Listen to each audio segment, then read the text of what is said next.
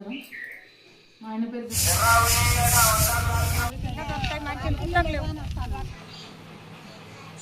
నమస్కారం.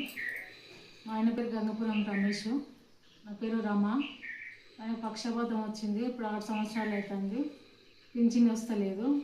నాకు 2 ఆడపిల్లలు. కూలి చేసుకొని బతికేటోళ్ళము. వాళ్ళ పిల్లలు ఇప్పుడు సెకండ్ ఇయర్ చదువుతారు. పిల్లలు సెకండ్ ఇయర్ చదువుతారు 2. వాళ్ళు ఎదుగుతారు. వాళ్ళ చదువులు పై చదువుకున్నా కూడా చాలా ఇబ్బంది అవుతుంది. తిండి కూడా చాలా ఇబ్బంది అవుతుంది. కూలి చేసుకొని బతికేటోళ్ళం. పక్షవాతం వచ్చి ఇప్పుడు 6 సంవత్సరాలు అవుతుంది. సడన్ సర్టిఫికేట్లో 3 వచ్చినాయి. కలెక్టర్ ఆఫీస్కి వెళ్ళినాము. ఆడ కూడా ఏం చేయలేదు. సర్టిఫికేట్ పోయినప్పుడు 1000 రూపాయలు అవుతున్నాయి. మళ్ళీ ఆటో తీసుకుపోయినప్పుడు 1000 రూపాయలు అవుతున్నాయి. ఆయన నడవలేక పరిస్థితి ఉన్నది. ఏం పని చేయలేక పరిస్థితి ఉన్నది.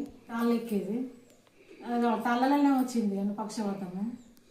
ఇప్పుడు అని జర పని చేయక అడ్డం పడి మాకు పెద్ద దిక్కు, ఇంటికి పెద్ద దిక్కు కాబట్టి చాలా ఇబ్బంది అవుతుంది.